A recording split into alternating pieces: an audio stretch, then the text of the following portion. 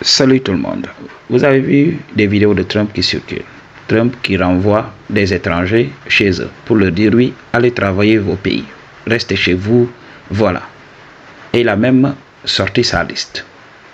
Il a rayé toute possibilité pour beaucoup de nationalités de rallier un jour les États-Unis. Ou du moins durant son mandat. Ok? Parce que un autre président peut venir et balayer d'un revers de main tous ces décrets-là. Alors c'est la vérité à comprendre. Et quand on demande à un Africain ici, comment vois-tu Trump? Oui, c'est un gars très méchant. Oui, pourquoi il a retiré l'aide américaine et tout ça. Les gens jusqu'à présent ne se responsabilisent pas. Ok. Moi, lorsque j'étais petit, je n'ai jamais blâmé personne pour des gens qui m'ont aidé ou pas et tout ça. Il m'arrivait d'appeler des gens pour demander de l'aide. Si la personne me dit oui, c'est très difficile ces temps-ci, je comprends tout simplement et j'avance. Je ne suis pas de ces jeunes-là qui disent oui, mon oncle ne veut pas aider, mon papa ne m'a pas aidé. Ces jeunes qui pleurnichent là. Ok. Moi, je me suis toujours rendu à l'évidence. Je me suis dit voilà, je suis là, j'ai des mains. Ok. J'ai tout ça. J'ai le corps qu'il faut. Je suis en bonne santé. Je devrais travailler pour moi. Ok. Je devrais travailler pour être autonome. Je l'ai toujours voulu. Ça a été très difficile au début, mais ça a toujours été mon souhait. Alors beaucoup de gens veulent tout simplement aller vers les gens qui ont réussi. Ok.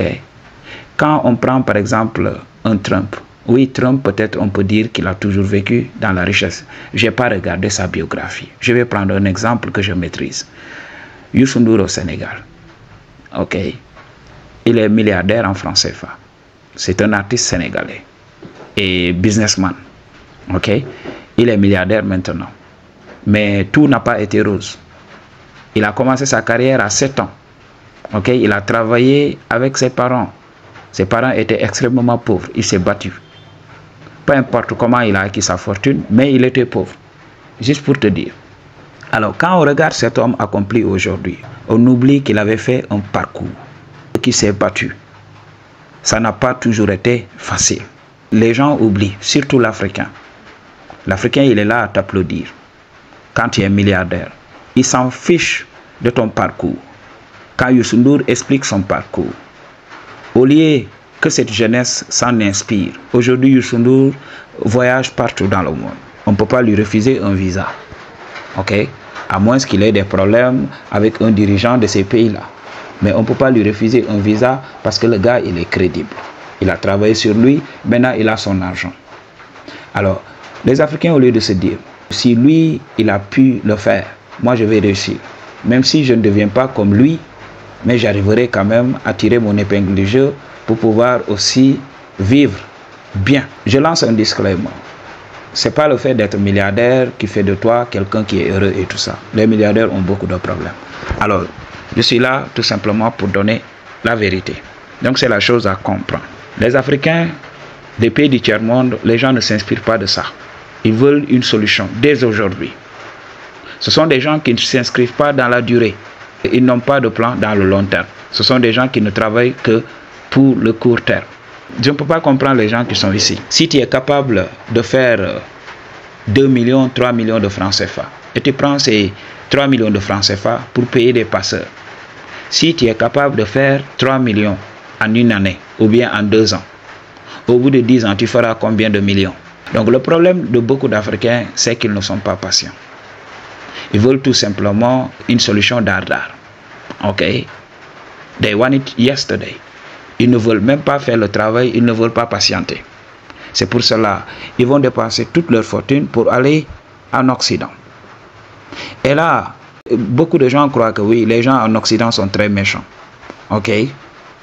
Alors qu'ils ne comprennent pas que le standing de vie là-bas coûte très cher.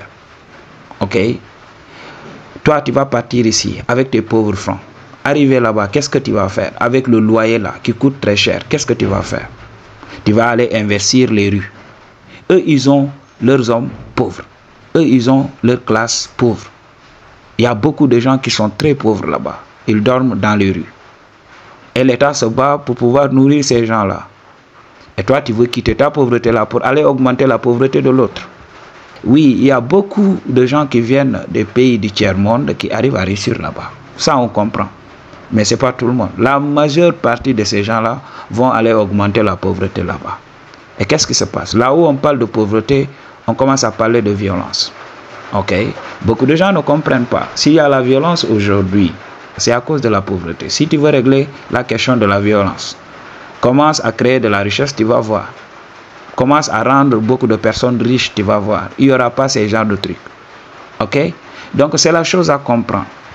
Alors ces pays sont fatigués. Ok? Nous avons toute cette main-d'œuvre là. J'ai vu des vidéos circuler. Les gens vont quitter l'Afrique pour aller cultiver en Occident. Ok? Pour aller cultiver des tomates. Ok? Pour aller cueillir des pommes. Alors qu'ils ont ici de l'espace. Moi qui viens du sud du Sénégal, nous sommes propriétaires terriens. Nous avons des terres là-bas. Au lieu d'aller viabiliser ces terres-là, qu'est-ce que nous faisons? Nous voulons aller en Occident. Ah oui? Quand on a de l'argent, on doit bouger. Moi, je suis contre le fait de voir tout le temps les mêmes choses. Ok? Un jour, j'irai en Occident tout simplement pour visiter. Demander un visa tourisme. Pour aller visiter tout simplement et revenir en Afrique. Ok? Continuer à faire ce que je fais.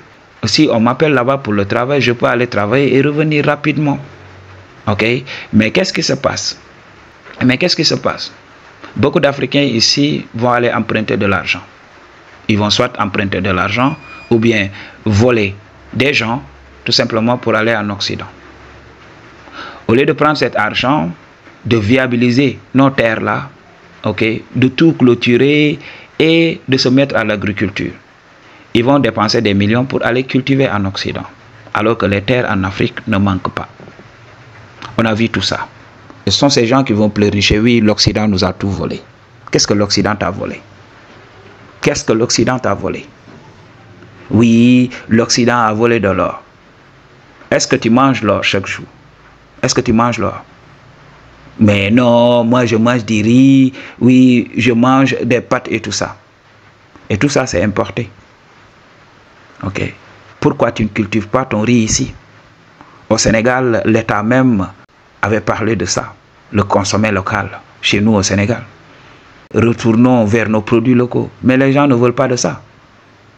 Les gens veulent des produits qui viennent d'Occident. Et ce sont eux qui sont là à parler d'Occident. Ils ne se respectent même pas. Ils ne respectent même pas ce qui est produit. Ok? Quand tu mets sur le marché un produit local, ils vont demander. Ok? Même je vais vous raconter une petite anecdote. J'ai un ami qui vend des produits cosmétiques. Alors quand les gens débarquent là-bas, avec leur gros ventre, l'Africain lambda, le fonctionnaire qui commence à avoir quelques francs, il arrive là-bas, il veut acheter un produit. Et le gars commence, non, ce produit-là vient des États-Unis. Ce produit-là vient de la France. Et tu vas voir le gars dire, oui. Alors ça coûte combien? Il ne négocie même pas le prix. Parce que ça vient de l'extérieur. Et j'ai demandé à mon Dieu, montre-moi un produit qui vient de la Guinée-Conakry, un produit cosmétique. Ok? Tu parles tout le temps de ces produits-là. Tu dis que ces produits viennent de l'extérieur. L'Africain aime ça, le mot là, extérieur. Ok? Je lui ai dit, quelle est cette usine-là, ici, en Guinée-Conakry, qui fabrique ces produits cosmétiques? Tous ces produits viennent de l'extérieur, tout simplement. Ok? Tous les produits que tu utilises là viennent de l'extérieur. C'est ça qui se passe. Alors, c'est pour cela, il est temps qu'on se responsabilise. Trump nous a simplement montré la voie. Allez-y, travaillez, faites-vous confiance. Ok? Souffrez. Si vous voulez fuir votre souffrance, si vous voulez fuir votre croix là, portez votre croix une bonne fois. Parce que si vous voulez laisser ça pour plus tard, ça ne va jamais se passer ainsi. Si c'est l'heure de la souffrance, tu vas devoir souffrir. Tant que cette émotion de la souffrance ne se sera pas dissipée, tu vas toujours souffrir. Peu importe ce que tu mènes. C'est l'illusion de l'ego qui croit que c'est lui qui gère. Ok? Il y a le timing divin. Ok? Dieu a déjà placé les pions. Quand tu n'es pas patient, c'est en ce moment que tu vas souffrir pour rien. Nous, on sait. Si Dieu veut te bénir, on va te réveiller de ton sommeil. Si Dieu veut te bénir, on va t'appeler comme ça au téléphone et te dire, viens. Aujourd'hui, c'est ton jour. C'est ton moment de gloire. C'est ce que l'Africain ne sait pas. Il est assis sur des milliards, mais il ne le sait pas. Il parle d'or, il parle de diamants. Alors que la terre est là. Il ne bouffe pas de diamants, il ne bouffe pas de l'or. Ok? Il mange tout le temps du riz. Il aime le riz. Et il ne peut pas en cultiver. Quand on leur donne le riz local, non, non, non, non, c'est pas bon. Ça devrait être importé. Nous voulons du riz parfumé. Ah oui, c'est ce qui se passe. Ok? Et là, on va aller encombrer l'Occident. Et là, nous, on ne pense qu'à faire des enfants. Tu vas voir un vieillard en Afrique, à la retraite, et il veut faire des enfants, en tant que des intellectuels. Tu es à la retraite, tu n'as rien. Ok? Tu veux faire des enfants. Pour faire quoi? Après cela, il va venir pleurnicher. Oui, aidez-nous, c'est très difficile, parce que les gens voudraient que tu leur finances pour qu'ils aillent faire des enfants. C'est tout ce qu'ils veulent. Parce que la première des choses qu'un Africain pense, après avoir eu de l'argent, c'est le mariage, avoir des enfants. Parce que c'est comme ça l'Afrique. Ils veulent des choses free. Ils veulent laisser les autres travailler. Et il y a beaucoup d'Africains qui vont sortir pour me dire, oui, c'est parce que l'Occident nous a tout volé. On va aller là-bas. Ou bien il y a des gens qui me disent, oui, c'est la terre de Dieu, c'est la planète de Dieu. Alors si les autres avaient laissé ça comme ça, si les autres avaient laissé des forêts comme ça, s'ils n'avaient pas construit, s'ils n'avaient pas mis en place des infrastructures, ok, s'ils avaient croisé les bras en se disant, oui, on va laisser ça comme ça, quel est cet Africain-là qui va partir là-bas? Quel est cet Africain qui va aller voyager pour aller dans les forêts? La preuve est là. Nous fuyons tout le temps la forêt, nous fuyons tout le temps les zones rurales pour aller là où ça brille. Et les gens ne savent même pas que ça demande des sacrifices. Ils vont là-bas. La première des choses qu'ils font, c'est de prendre des photos tout simplement. Dans des endroits chics. Oui, je suis aux États-Unis. Oui, venez. Et le lendemain, qu'est-ce qui se passe? Il y a beaucoup de pirogues, voilà, qui partent en mer. C'est la chose à comprendre. Alors, commençons par ouvrir les yeux et commençons à reprendre notre pouvoir. J'aime ce président parce qu'il nous pousse à la responsabilité. Voilà. Peace.